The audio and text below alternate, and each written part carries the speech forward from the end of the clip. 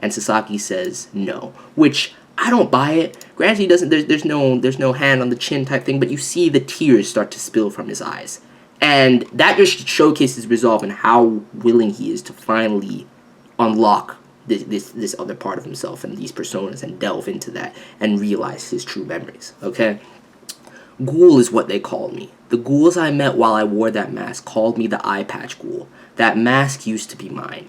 Eye Patch Ghoul most likely was Ken Kaneki's nickname. I want to stay human even if I have a body like this. I don't want to accept Ken Kaneki that they call a ghoul, an existence that the ghouls were afraid of. And that's the thing, this is one of the things that's made Sasaki so apprehensive about Kaneki at the same time as it's made him interested in Kaneki, because everyone that he's encountered that seemed to genuinely care, particularly Hinami, genuinely care about Kaneki, he's like, could he really have been this bad of a person? Is this something that I want to run away from? Is this somebody who deserves to disappear? Or should I be working and fighting to unlock this person from the depths of my mind, to truly confront myself and who I was? Okay?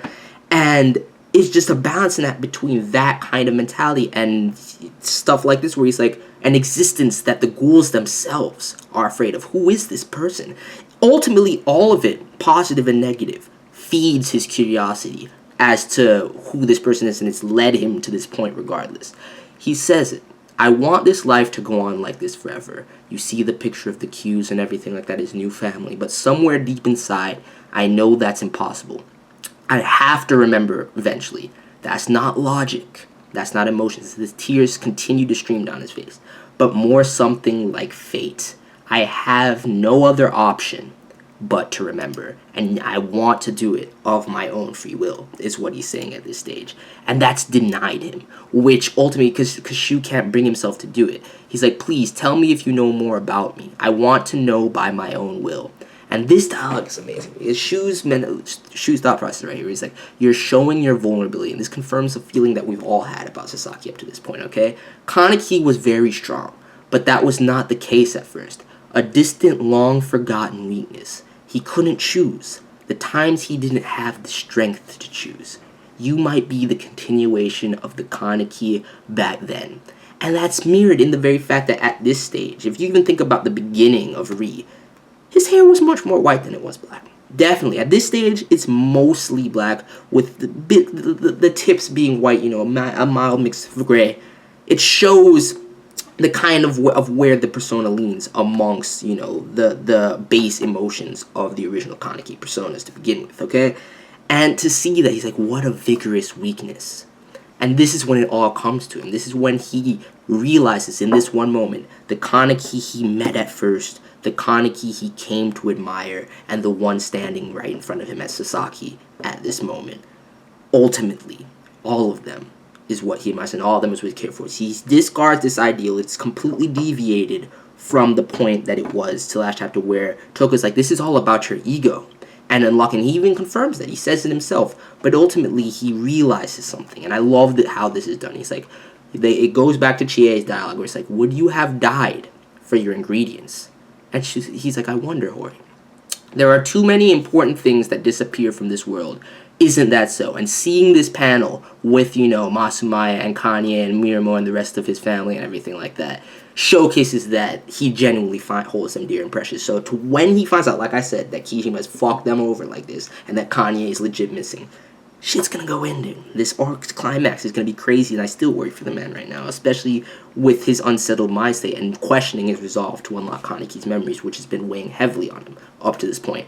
The rest of those words, was it, you won't die, or he confirmed it for him. You wouldn't die solely for your ingredients. Would you really die? As much as you are the gourmet, as much as you care about this gourmet food eating experience, would you really die for food? Do you really care that much just because it's your food, it's your meal? Hori, my little friend, you already knew, didn't you? Just what I was thinking. We see Hori running along, saying it's time. The last time we saw her is running away from some CCG operatives after she was trying to hack some shit or whatnot. I wonder what she's into right now. Hopefully, she's trying to subvert whatever Kijima's trying to do. But I hope this isn't some sort of shady shit going on, because I fucking love Chie, and I don't want it to be some shady shit. But anyway, I digress. After Kaneki left, I slowly began to die. But inside my heart, I was questioning myself. Is Kaneki my gourmet food? No, it would be strange if he were just food. I, no doubt, enjoyed myself. The days I just gazed at the feast that was served in front of me. I really enjoyed those days. Genuinely, really, what I've been saying from the end of part 1 when I did that review, where I was like, anybody that still believes that this man is this broken simply because he wanted to eat this person, no. We all know, we saw it happening in the days that he and Hinami and Banjo spent with Kaneki. He started to genuinely care for the man. He admired him. He wanted to protect him. It wasn't solely that this is my food. He genuinely cared for him as an individual, as a person. He admits to himself that he enjoyed those times for the first time ever. He actually recognizes it himself. It's not just speculation.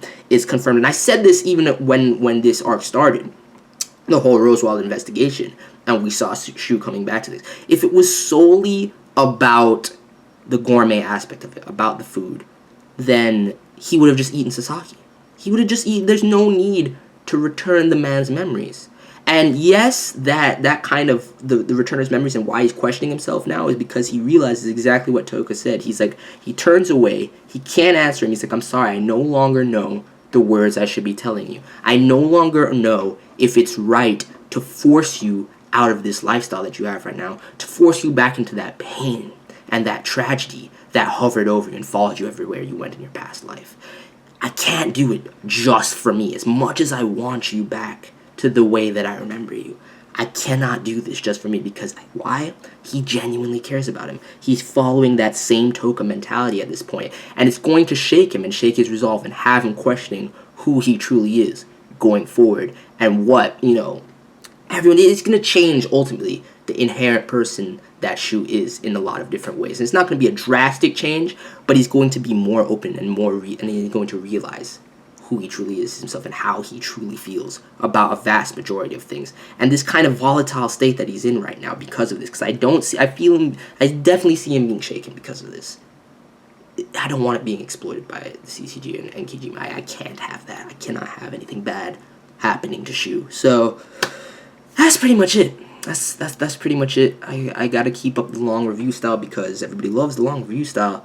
And I love going page by page and in depth like this. It's much more relaxing and easier to talk about than trying to hype, and get everything done fast, succinct pacing. I can just sit back, analyze, and discuss while, talking to you guys in the video. So I hope you guys are still enjoying the long review style, even though last couple videos have been getting even longer and longer than it's been prior, but they're probably going to max out around here. Around the 40-minute mark is probably where most of the reviews are going to stay. Probably, some of them are going to be less. Some of them may even go back down to the 20-minute mark or even less than that. Who knows? Who fucking knows? Depends on the chapter. Depends on how much info is in there and how many things there are to dive into. Some of them in the future may even be longer. I guarantee you the day that we ever see Hide or that, the personas reconcile is going to be over an hour. I guarantee you for sure. But that's pretty much it. I hope you guys enjoyed the review. Let me know any thoughts you have, any theories that you have, or anything like that. And I'm out.